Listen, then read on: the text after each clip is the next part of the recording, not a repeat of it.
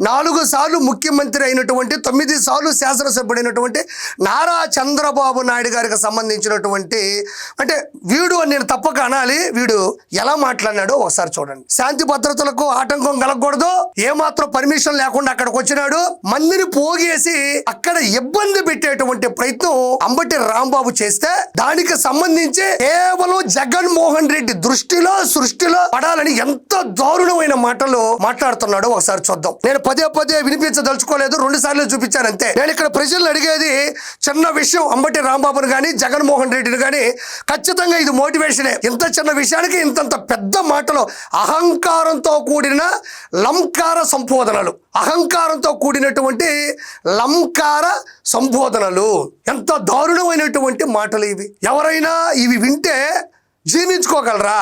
నేను ఒకటే జగన్మోహన్ రెడ్డిని స్ట్రైట్ గా ప్రశ్నిస్తా ఉండా. సమయంను పాటించాలి, ఏ నాయకుడికైనా సమయం ఉండాలి. సభ్య సమాజంలో ప్రతి ఒక్కరికి అగ్రెసివ్గా మాట్లాడచ్చు, దూకుడు స్వభావంతో మాట్లాడచ్చు, అర్థమయ్యేలా మాట్లాడచ్చు, ప్రజలని చైతన్యవంతంగా తయారు చేయడం మాట్లాడచ్చు, కానీ ఇంత అడ్డగోలుగా మాట్లాడకూడదు. మరి అలా అనుకుంటే 97 నియోజకవర్గాలు, 226 రోజులు, 3132 కిలోమీటర్ల యువగల పాదయాత్రలో జగన్మోహన్ రెడ్డి అష్ట కష్టాలు పెట్టినా, ఆపదలు అడ్డంకులు సృష్టించిన నారా లోకేష్ గారు ఇలాంటి భాష మాట్లాడాల.